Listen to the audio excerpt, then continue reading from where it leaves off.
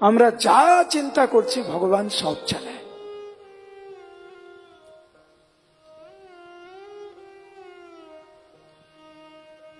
আর উনি আমাদের এত কাছে থাকেন, আপনি যেখানে যান উনি আপনার সাথে সাথে যায়।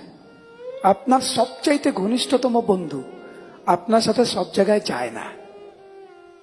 আপনার বাবা মা সন্তান আপনার সাথে সব জায়গায় যায় না,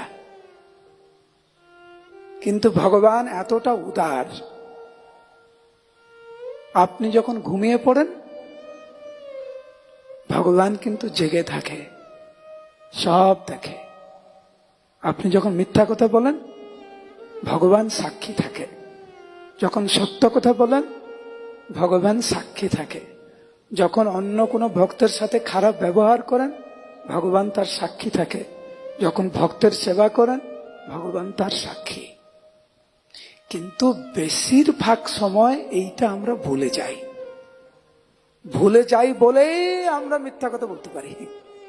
যদি জানতাম যে ভগবান এখানে বসে আছে, আরে মিথ্যা কথা বলা যাবে না, তো উনি তো সব জানে, তাহলে তো মিথ্যা কথা বলতাম না। আমরা আজকে আমরা আলোচনা করছিলাম, ঘুমাচ্ছে প্রভুপাদ বলছে ঘুমাচ্ছে, না আমি ঘুমাচ্ছি না।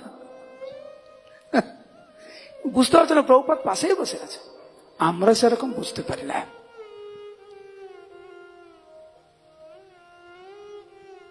যে ভগবান অন্তর্যামী রূপে এবং উনি সবচাইতে ভালো বন্ধু,